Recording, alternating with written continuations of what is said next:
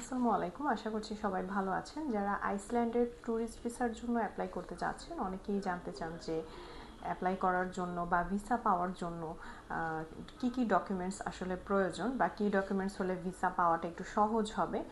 সেক্ষেত্রে অনেক ধরনের ডকুমেন্টসই দিতে হয় একটা ভিজিট ভিসার অ্যাপ্লিকেশনের জন্য বা আপনার প্রোফাইলটাকে সঠিকভাবে অ্যারেঞ্জ করার জন্য অনেক কিছুই ওখানে লাগে, আপনার বেসিক ডকুমেন্টস থেকে শুরু করে সাপোর্টিং ডকুমেন্টস পর্যন্ত।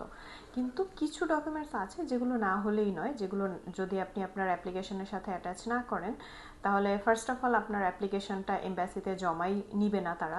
সেকেন্ড হচ্ছে কি আপনার ভিসা পাওয়ারও কোনো সম্ভাবনা থাকবে না। সো এর মধ্যে কয়েকটা ডকুমেন্টসের নাম আমি আপনাদেরকে বলে দিব। সেটা হচ্ছে ফার্স্ট অফ অল আপনার ফাইন্যান্সটা ক্লিয়ার থাকতে হবে, যে আপনি একটা ফার্স্ট ওয়ার্ল্ড কান্ট্রিতে ট্রাভেল করার জন্য যথেষ্ট ফাইন্যান্সিয়ালি এলিজিবল কিনা এটা বোঝানোর জন্য আপনার ব্যাংক স্টেটমেন্ট ওখানে প্রোভাইড করতেই হবে। আপনার প্রফেশন যেটাই হোক না কেন, আপনার একটা সেভিংস অ্যাকাউন্ট অবশ্যই সেখানে থাকতে হবে।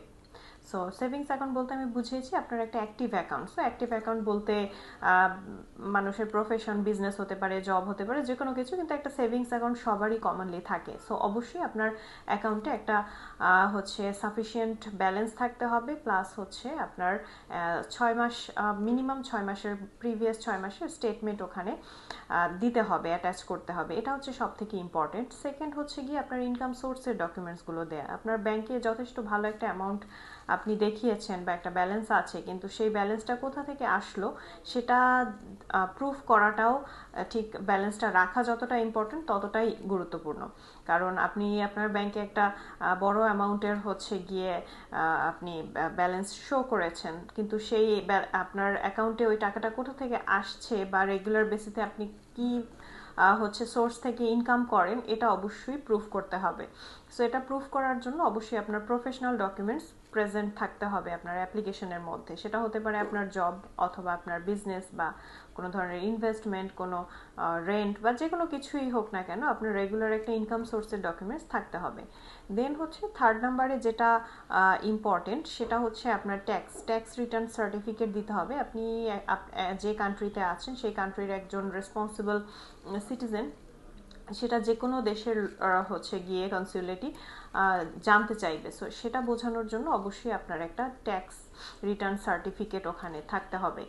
এরপরে সব থেকে ইম্পর্টেন্ট, যেটা মোস্ট ইম্পর্টেন্ট, সেটা হচ্ছে আপনার ট্রাভেল ডকুমেন্টস। আপনি একটা ফার্স্ট ওয়ার্ল্ড কান্ট্রিতে ট্রাভেল করতে যাবেন, অবশ্যই আপনার সব কিছু প্রি প্ল্যান্ড থাকতে হবে।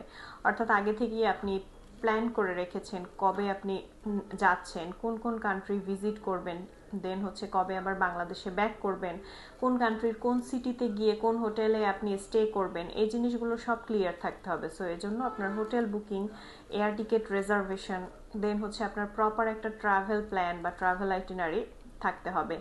অ্যান্ড এই সব কিছুর পরে যেটা মোস্ট ইম্পর্টেন্ট সেটা হচ্ছে আপনার টোটাল প্রোফাইলটাকে প্রেজেন্ট করার জন্য আপনার সুন্দর একটা কভার লেটার হচ্ছে আপনার অ্যাপ্লিকেশনের সাথে অ্যাটাচ করতে হবে, যেটার মধ্যে আপনার সব ডিটেলসগুলোর সামারি থাকবে, বা শর্টলি আপনার প্রফেশন, ফাইন্যান্স, দেন ট্রাভেল অথবা আপনার প্রিভিয়াস ট্রাভেল থাকলে সেই হিস্ট্রিগুলো, আপনার ফ্যামিলি হচ্ছে গিয়ে ইনফরমেশন, এভরিথিং ওখানে থাকবে। সো প্রেজেন্ট করা থাকবে, এজন্য আপনার একটা কভার লেটার অবশ্যই থাকতে হবে। সো এই যে ডকুমেন্টসগুলো বললাম এগুলো একদমই বেসিক, এগুলো না থাকলে আপনি ভিজিট ভিসার জন্য অ্যাপ্লিকেশন করতে পারবেন না।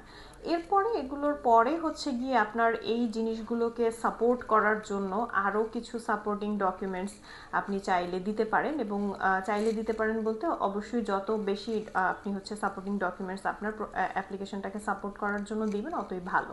সো হোপফুলি আপনারা বুঝতে পেরেছেন। এছাড়াও যারা ভিসা রিলেটেড কোনো ইনফরমেশন জানতে চান অথবা আমাদের মাধ্যমে ভিসা প্রসেসিং করতে চান, অবশ্যই আমাদের অফিস ভিজিট করবেন। অফিস লোকেশন দেওয়া আছে অথবা স্ক্রিনে দেওয়া নাম্বারে হোয়াটসঅ্যাপ আছে, আপনারা হোয়াটসঅ্যাপে নক করতে পারেন বা সরাসরি কল করতে পারেন, এবং অবশ্যই ট্রাই করবেন অফিস টাইমের মধ্যে কল করার, তাহলে রেসপন্ডগুলো একটু জলদি পাবেন।